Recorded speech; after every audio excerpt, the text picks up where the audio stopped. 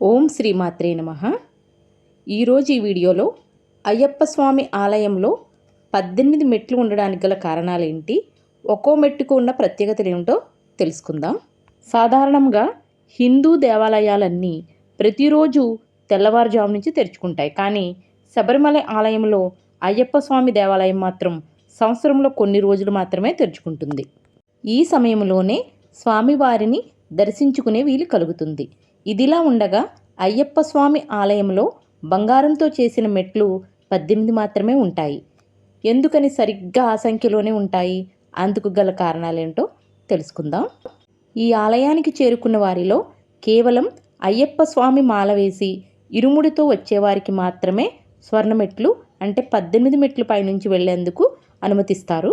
సాధారణ భక్తులకు ఈ మెట్లుపై అనుమతించరు. అయ్యప్ప స్వామి ఆలయంలో ఉన్న 18 స్వర్ణమెట్లను పదునెట్టంబడి అంటారు. ఈ సోపానాల మీదుగా వెళ్లేందుకు ప్రతి ఒక్కరూ అయ్యప్ప మాలను విధిగా 41 రోజుల పాటు ధరించి మండల దీక్ష చేపట్టి ఇరుముడిని తలపై పెట్టుకుని రావాలి. పురాణాల ప్రకారము అయ్యప్ప స్వామి శబరిలో నివాసం ఉండేందుకు 4 వేదాలు, 2 శాస్త్రాలు, అష్టదిక్పాలకులు, విద్య, అవిద్య, జ్ఞానం అనే దేవత రూపాలు 18 మెట్లుగా మారాయి. అప్పుడు అయ్యప్ప స్వామి వారు ఒక్కో మెట్టుపై ఒక్కో అడుగు వేస్తూ తన స్థానాన్ని అధిష్ఠించారు. ఈ 18 మెట్లలో తొలి పంచమ అంటే 5 మెట్లను పంచేంద్రియాలుగా పరిగణిస్తారు. అంటే మన కళ్ళు, చెవులు, నాలుక, ముక్కు స్పర్శలకు సంకేతాలుగా భావిస్తారు. ఆ తర్వాతి 8 మెట్లను అష్టరాగాలకు సంకేతంగా పరిగణిస్తారు. అంటే కామం, క్రోధం, లోభం, మోహం, మదం, మాత్సర్యం, అసూయ, దంభను సూచిస్తాయని చెప్తారు. ఈ అష్టరాగాల ద్వారా ప్రతి ఒక్క మానవుడు అహంకారాన్ని విడనాడి స్వార్థాన్ని వదిలేయాలి. భగవంతుడిని తలుచుకుంటూ తప్పుడు మార్గంలో వెళ్లే వారిని సన్మార్గంలో వెళ్ళమని సూచించాలి. ఇక చివరి 3 మెట్లు సత్వం, తామసం, రాజసంను సూచిస్తాయి. ఈ త్రిగుణాలతో బద్ధకాన్ని వదిలేయాలట. ఆ తర్వాత 2 మెట్లు అవిద్యను సూచిస్తాయి. విద్య అంటే జ్ఞానం. మనమందరం జ్ఞానం పొందడానికి అవిద్య అనే అహంకారాన్ని వదిలిపెట్టాలని అంటూ ఉంటారు. ఇలా 18 మెట్లు ఎక్కిన వారు జీవితంలో పరిపూర్ణులవుతారని చాలామంది నమ్ముతారు. అయ్యప్ప ఆలయంలో ఉండే స్వర్ణ, వెండి, రాగి, ఇత్తడి పంచమలోహాల మెట్లలో ఒక్కో మెట్టుకు ఒక్కొక్క పేరు ఉంది. అవి ఇలా ఉన్నాయి: అనిమ, లగిమ, మహిమ, ఈశ్వత్త, వశ్యత, ప్రాకామ్య, బుద్ధి, ఇచ్ఛ, ప్రాప్తి, సర్వకామ, సర్వసంపత్కర, సర్వప్రియకర, సర్వమంగళాకార, సర్వదుఃఖ విమోచన, సర్వమృత్యు ప్రశమన, సర్వ విఘ్న నివారణ, సర్వాంగ సుందర, సర్వ సౌభాగ్యదాయక. ఇలా ఈ 18 మెట్ల నామకరణం. ఇక అయ్యప్ప స్వామి 18 మెట్ల విశిష్టత గురించి తెలుసుకుందాం. 1వ మెట్టు కామం. ఈ మెట్టుకి ఆదిదేవత గీతామాత ఉంటుంది. ఈ మెట్టు ఎక్కడం వలన మనిషికి పూర్వజన్మ స్మృతి కలుగుతుంది. 2వ మెట్టు క్రోధం. ఈ మెట్టుకి ఆదిదేవత గంగాదేవి ఉంటుంది. ఈ మెట్టుని స్పర్శించటం వలన మనిషికి తాను దేహాన్ని కాదు పరిశుద్ధాత్మను అనే జ్ఞానాన్ని కలుగుతుంది. 3వ మెట్టు లోభం. ఈ మెట్టుకి ఆదిదేవతగా గాయత్రిమాత ఉంటుంది.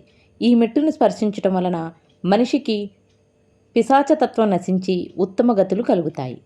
4వ మెట్టు మోహం. ఈ మెట్టుకు ఆదిదేవతగా సీతాదేవి ఉంటుంది. ఈ మెట్టు జ్ఞానయోగానికి ప్రతీకగా భావిస్తారు. 5వ మెట్టు మదం. ఈ మెట్టుకి ఆదిదేవతగా సత్యవతీదేవి ఉంటుంది. ఈ మెట్టు కర్మ సన్యాస యోగానికి ప్రతీక. ఈ మెట్టు అధిరోహిస్తే వారి ఇంట్లో ఉన్న పశుపక్షాదులకు సైతం పాపాలు నశించి ఉత్తమ గతులు కలుగుతాయి. 6వ మెట్టు మాత్సర్యం. ఈ మెట్టుకి ఆదిదేవతగా సరస్వతీదేవి ఉంటుంది. ఈ మెట్టు స్పర్శ వలన విష్ణు సాయుధ్యంతో పాటు ధనఫలం లభిస్తుంది. 7వ మెట్టు దంభం.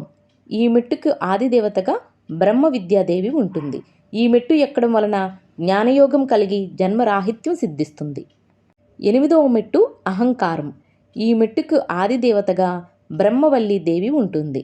ఈ మెట్టును అధిరోహించటం వలన స్వార్థం, రాక్షసత్వం నశిస్తాయి. 9వ మెట్టు నేత్రాలు.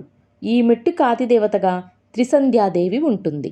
ఈ మెట్టు స్పర్శ వలన మనం అప్పుగా తీసుకున్న వస్తువుల వలన సంక్రమించిన పాపం నశిస్తుంది. 10వ మెట్టు చెవులు. ఈ మెట్టుకి ఆదిదేవతగా ముక్తి గేహిని దేవి ఉంటుంది. ఈ మెట్టు స్పర్శ వలన ఆశ్రమ ధర్మ పుణ్యఫలం జ్ఞానం కలుగుతుంది. 11వ మెట్టు నాసిక. ఈ మెట్టుకి ఆది దేవతగా ఆర్ధమాత్రాదేవి ఉంటుంది. ఈ మెట్టు స్పర్శ వలన అకాల మృత్యు భయం ఉండదు. 12వ మెట్టు జిహ్వ. ఈ మెట్టుకి ఆది దేవతగా చిదానందదేవి ఉంటుంది. ఈ మెట్టు ఎక్కడం వలన ఇష్టాదేవత దర్శనం ప్రాప్తిస్తుంది. 13వ మెట్టు స్పర్శ. ఈ మెట్టుకి ఆది దేవతగా భవాగ్నిదేవి ఉంటుంది. ఈ మెట్టు స్పర్శ వలన అపచారాలు పాపాలు నశిస్తాయి. 14వ మెట్టు సత్వం. ఈ మెట్టుకి ఆది దేవతగా భయనాశిని దేవి ఉంటుంది. ఈ మెట్టు స్పర్శ వలన స్త్రీహత్య పాతకాలు తొలగుతాయి. 15వ మెట్టు తామసం. ఈ మెట్టుకి ఆది దేవతగా వేదాత్రయదేవి ఉంటుంది. ఈ మెట్టు స్పర్శ వలన ఆహార శుద్ధి మోక్షం కలుగుతాయి. ఇక 16వ మెట్టు రాజసం. ఈ మెట్టుకి ఆది దేవతగా పరాదేవి ఉంటుంది.